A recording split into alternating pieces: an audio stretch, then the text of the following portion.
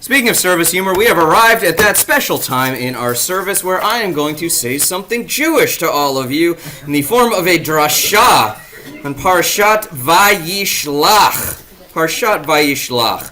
And I have some helpers who may have some accoutrement, some additions for me to fold into this week's proceedings.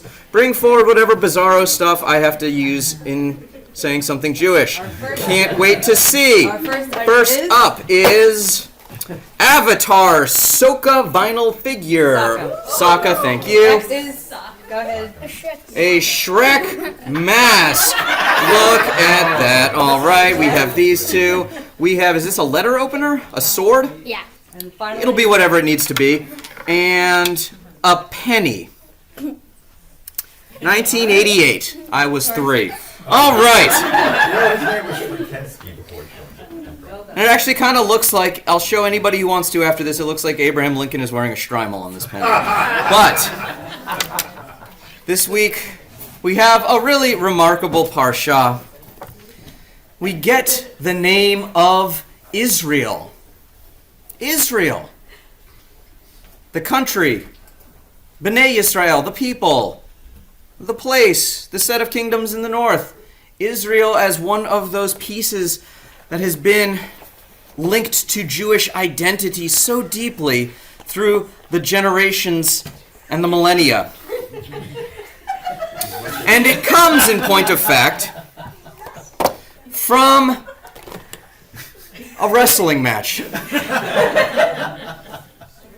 It's an interesting moment, actually. Jacob, see under Jacob, is on the run from Esau, not pictured. Jacob is fleeing Esau for having ripped off his birthright, the blessing, all of these things, and Esau is pretty angry with him. So here's Jacob, and Jacob is going along his way, and Jacob gets far enough that it's time to rest for the evening, so Jacob decides to rest Jacob's head and sleep for the evening. Now, in the middle of the night, a person with a sword startles Jacob, and they have a terrible battle that lasts all through the night. And in the course of this terrible battle with the sword and all of the stuff, Jacob is grievously injured.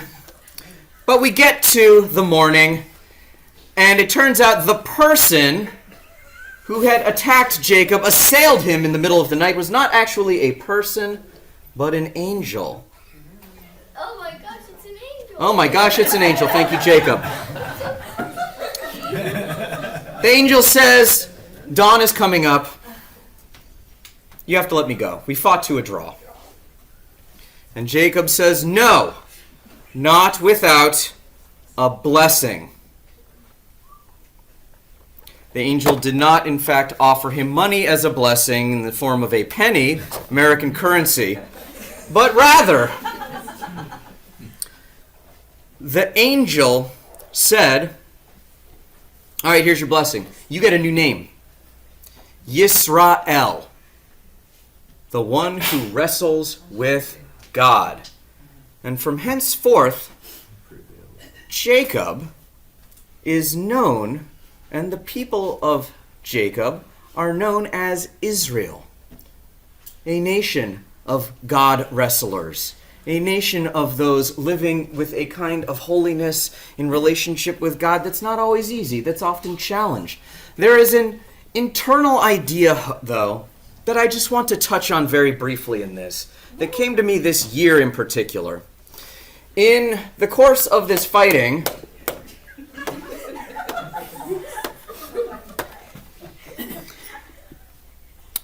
they don't come to a draw, and the angel just says, here's your blessing. There's actually a question first. Does anybody know what the angel asks? David.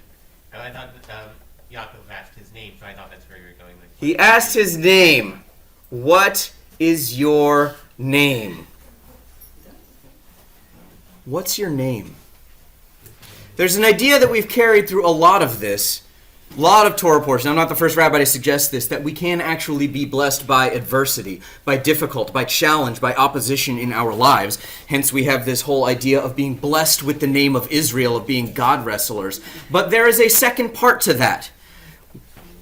He's first asked his name. The idea that in order to receive blessing, one must first know oneself. Thought this was a fascinating little inversion on it. That you can be challenged, you can have all kinds of hardship and difficulty and misery and such in the world, but to be able to transform adversity and struggle and misery into any kind of form of blessing, it takes a sense of knowing who you are. And I don't mean that just what your name is, but who you are. Yaakov. Who was he? Where does that name Jacob come from? Anybody? What does Jacob mean? What does the Torah tells us Jacob means? Heel. The heel, like the heel of your foot. And he has lived his existence at Esav's heel. Grasping, clutching, the second-born trying to take what he can from Esav that may not be his. It's this moment that transforms him into Israel and actually transforms that behavior from one which is self-interested, self-ish, interested only basically in what he can get from other people through subterfuge, into being this patriarchal figure of the Israelite nation, that he's able to care for other people and think of other people. It's only through knowing who he is going into the wrestling match and coming out of it that he is able to receive this blessing of being Yisrael, of taking a wider view than himself, being known as Israel, not just the one who wrestles with God, but the father of the Israelite nation. It's not just about adversity, but it's about a sense of knowing oneself and one's journey in the world that allows us to transform some of the bad things into blessings. Thank you, Kitah Hey, for all of the great stuff that you offered in helping me to tell this story. I'm going to turn it over to more Rebecca here. Here's the sword, here's Jacob, here's the angel, here's his bribery. And we're going to continue with Chatzi Kaddish on page 155. Page 155.